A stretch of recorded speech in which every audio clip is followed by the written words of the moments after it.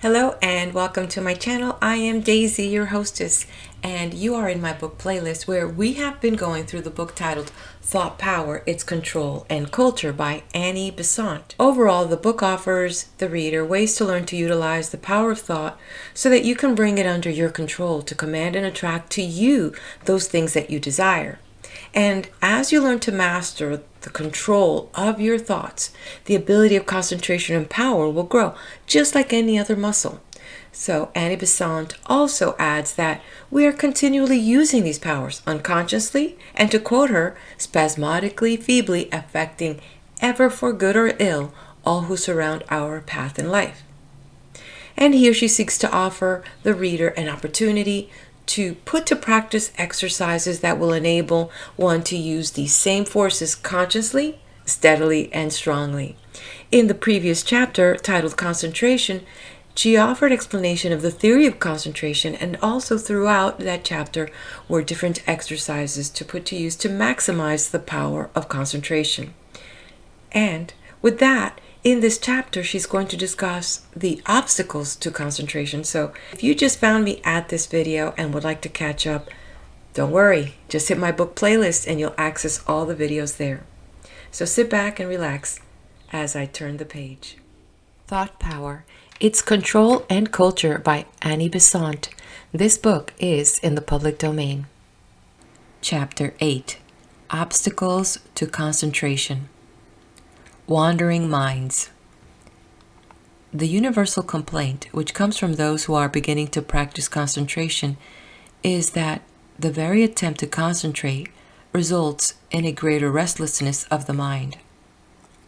To some extent, this is true, for the law of action and reaction works here as everywhere, and the pressure put on the mind causes a corresponding reaction. But while admitting this, we find, on closer study, that the increased restlessness is largely illusory. The feeling of such increased restlessness is chiefly due to the opposition suddenly set up between the ego, willing steadiness, and the mind in its normal condition of mobility. The ego has, for a long series of lives, been carried about the mind in all its swift movements, as a man is ever being carried through space by the whirling earth. He is not conscious of movement. He does not know that the world is moving, so thoroughly is he part of it, moving as it moves. If he were able to separate himself from the earth and stop his own movement without being shivered into pieces, he would only then be conscious that the earth was moving at a high rate of speed. So long as a man is yielding to every movement of the mind, he does not realize its continual activity and restlessness. But when he steadies himself, when he ceases to move, then he feels the ceaseless motion of the mind he has hitherto obeyed. If the beginner knows these facts, he will not be discouraged at the very commencement of his efforts by meeting with this universal experience, but will, taking it for granted, go quietly on with his task. And after all, he is but repeating the experience voiced by Arjuna 5,000 years ago. This yoga, which thou hast declared to be by equanimity, O slayer of Madhu, I see no stable foundation for it, owing to restlessness. For the mind is verily restless, O Krishna. It is impetuous, strong, and difficult to bend. I deem it as hard to curb as the wind. And still is true the answer pointing out the only way to success. Without doubt, O mighty armed, the mind is hard to curb and restless, but it may be curbed by constant practice and by indifference. Footnote. From the Bhagavad Gita, Chapter 6, page 35. End of footnote. The mind thus steadied will not be so easily thrown off its balance by the wandering thoughts from other minds, ever seeking to effect a lodgment, the vagrant crowd which continually encircles us. The mind used to concentration retains always a certain positiveness and is not readily shaped by unlicensed intruders. All people who are training their minds should maintain an attitude of steady watchfulness with regard to the thoughts that come into the mind, and should exercise towards them a constant selection.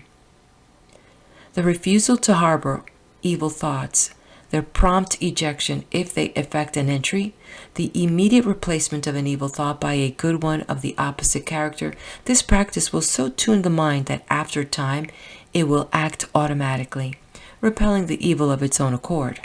Harmonious, rhythmical vibrations repel the inharmonious and irregular. They fly off from the rhythmically vibrating surface as a stone that strikes against a whirlwind wheel.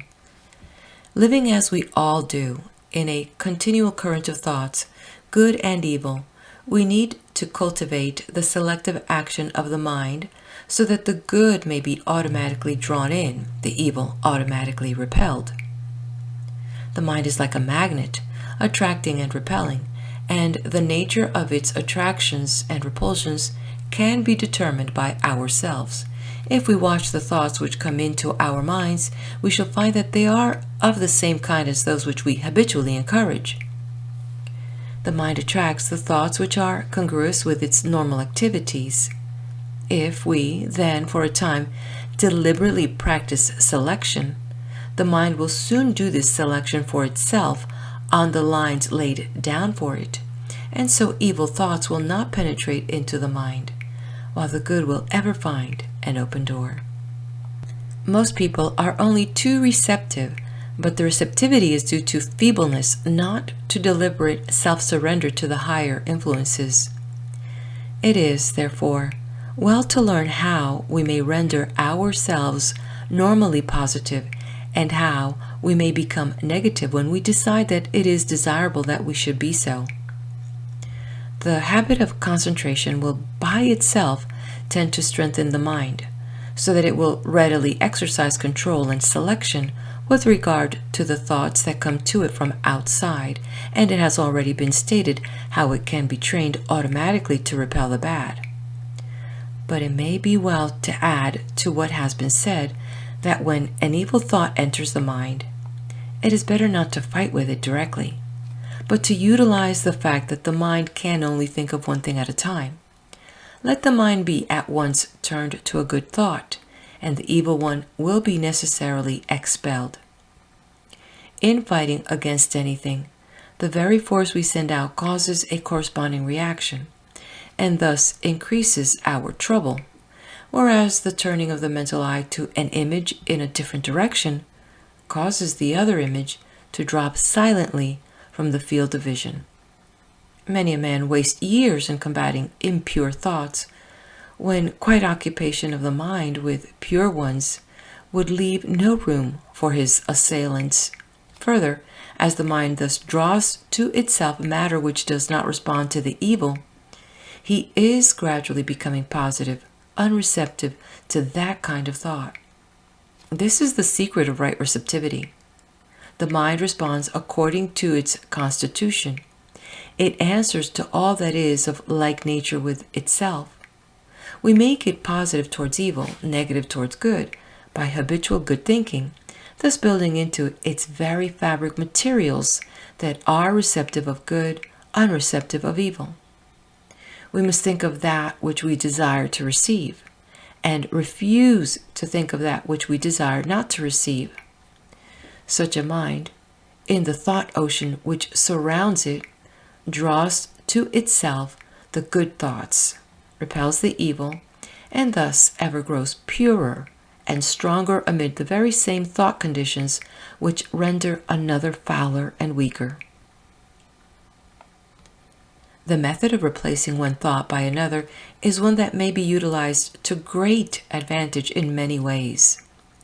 If an unkind thought about another person enter the mind, it should at once be replaced by a thought of some virtue he possesses, of some good action he has done. If the mind is harassed by anxiety, turn it to the thought of the purpose that runs through life, the good law, which mightily and sweetly ordereth all things. If a particular kind of undesirable thought persistently obtrude itself, then it is wise to provide a special weapon, some verse or phrase that embodies the opposite idea should be chosen. And whenever the objectionable thought presents itself, this phrase should be repeated and dwelt upon. In a week or two, the thought will cease to trouble. It is a good plan constantly to furnish the mind with some high thought, some word of cheer, some inspiration to noble living. Ere we go forth into life's turmoil day by day, we should give the mind this shield of good thought.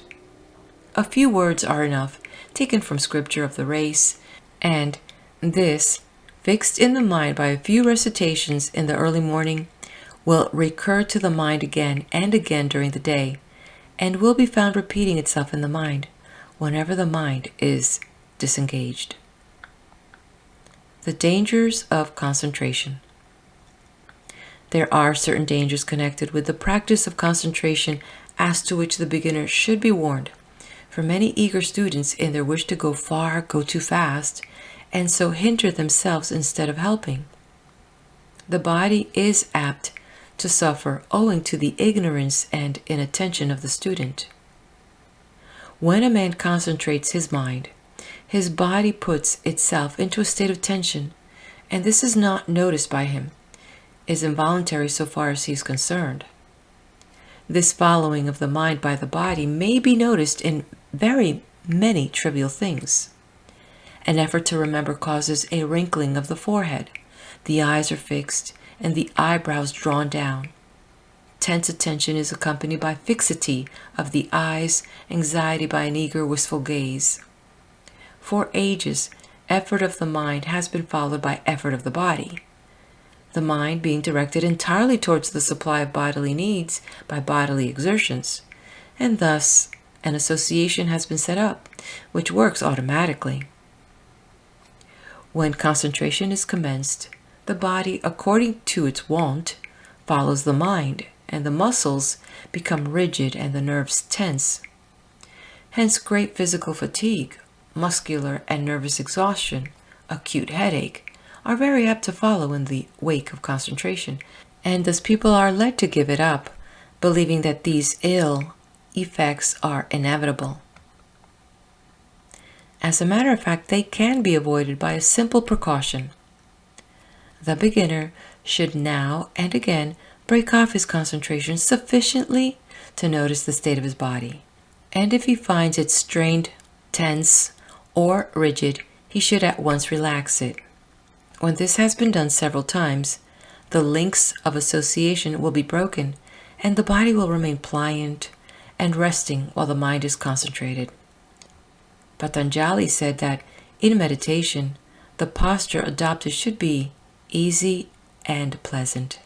The body cannot help the mind by its tension, and it injures itself. Perhaps a personal anecdote may be pardoned as an illustration. One day, while under H.P. Blavatsky's training, I was desired by her to make an effort of the will. I did do so with much intensity, and with the result of much swelling in the blood vessels of the head.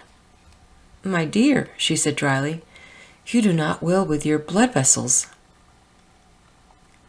Another physical danger arises from the effect produced by concentration in the nerve cells of the brain.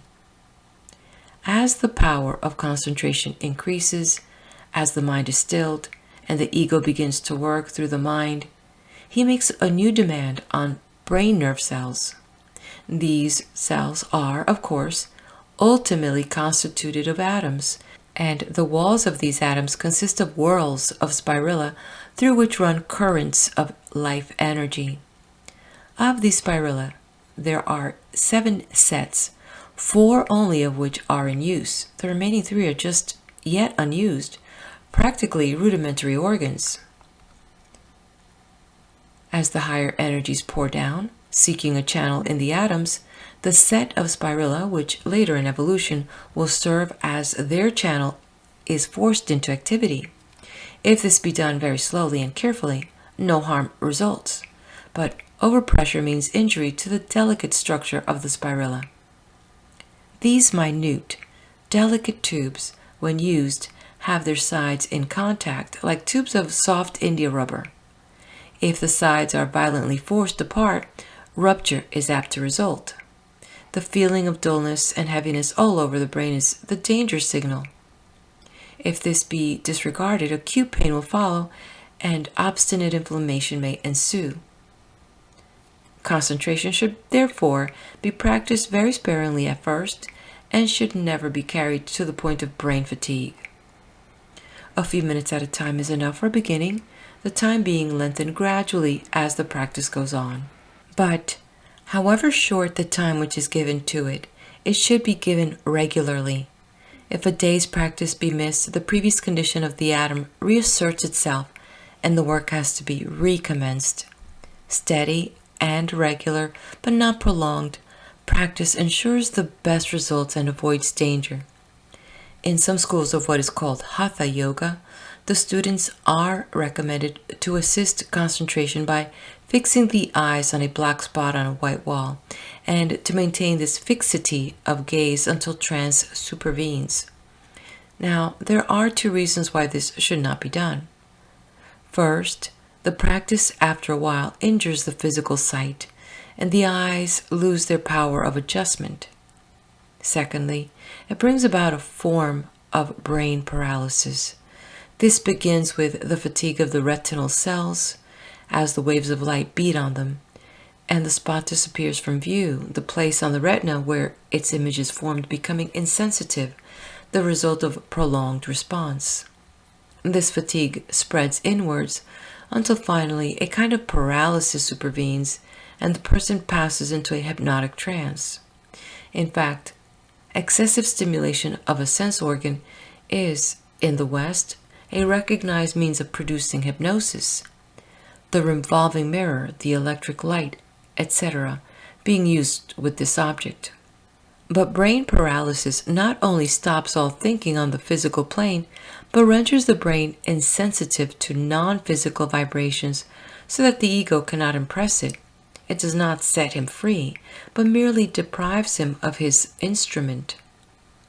A man may remain for weeks in a trance thus induced, but when he awakes, he is no wiser than at the beginning of the trance. He has not gained knowledge. He has merely wasted time. Such methods do not gain spiritual power, but merely bring about physical disability. Meditation. Meditation may be said to have been already explained, for it is only the sustained attitude of the concentrated mind in face of an object of devotion, of a problem that needs illumination to be intelligible, of anything whereof the life is to be realized and absorbed rather than the form. Meditation cannot be effectively performed until concentration is, at least partially, mastered. For concentration is not an end, but a means to an end. It fashions the mind into an instrument which can be used at the will of the owner. When a concentrated mind is steadily directed to any object with the view of piercing the veil and reaching the life and drawing that life into union with the life to which the mind belongs, then meditation is performed. Concentration might be regarded as the shaping of the organ, meditation as its exercise. The mind has been made one-pointed, it is then directed to and dwells steadily on any object of which knowledge is desired. Anyone who determines to lead a spiritual life must daily devote some time to meditation. As soon may the physical life be sustained without food as the spiritual without meditation. Those who cannot spare half an hour a day during which the world may be shut out and the mind may receive from the spiritual planes a current of life cannot lead the spiritual life. Only to the mind concentrated, steady shut out from the world, can the divine reveal itself. God shows himself in his universe in endless forms, but within the human heart, he shows himself in his life and nature revealing himself to that which is a fragment of himself. In that silence, peace and strength and force flow into the soul, and the man of meditation is ever the most efficient man of the world. Lord Rosebery, speaking of Cromwell, described him as a practical mystic and declared that a practical mystic is the greatest force in the world. It is true.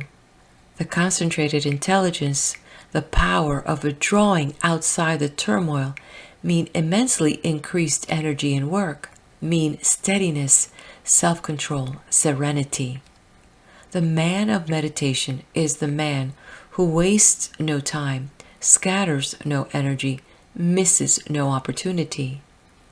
Such a man governs events because within him is the power whereof events are only the outer expression.